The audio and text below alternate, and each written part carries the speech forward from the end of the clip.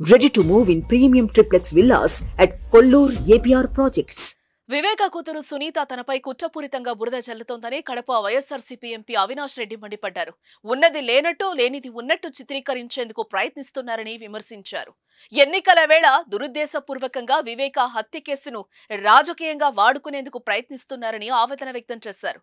YS వివేకానందరెడ్డిని చంపానని Dastagiri స్వయంగా statement ఇచ్చినా ఆయన అప్రూవర్గా మార్చి కేసు నుంచి తప్పించారని, ఇతరులను ఇరికించేందుకు ప్రయత్నిస్తున్నారని ఆవేదన వ్యక్తం చేశారు. ఈ కేసులో దస్తగిరితో సునీత లాలూచీ పడ్డారని, తన ఎజెండా అమలు చేయడానికి దస్తగిరిని సునీత వాడుకుంటున్నారని అవినాష్ రెడ్డి విమర్శించారు.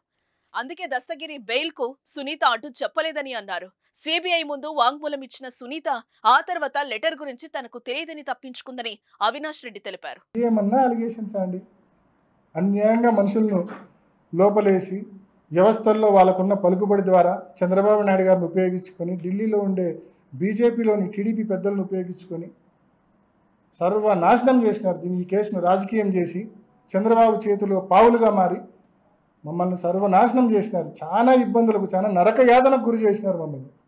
అయినా ఐ స్టిల్ సే, ఇంత అనుభవించిన తర్వాత కూడా, ఏ తప్పు లేకుండా ఇంత అనుభవించిన తర్వాత కూడా చెప్తున్నా, ఎవడో అంటాడు యాంటిసిపేటరీ బెయిల్ వస్తే నాకు పెద్ద రిలీఫ్ అని. ఏందా రిలీఫ్?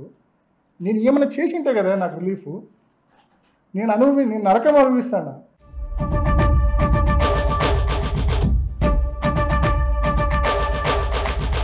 సుమన్ టీవీలో మీ పర్సనల్ అండ్ బిజినెస్ ప్రమోషన్స్ కోసం కింది నెంబర్కి కాంటాక్ట్ చేయండి.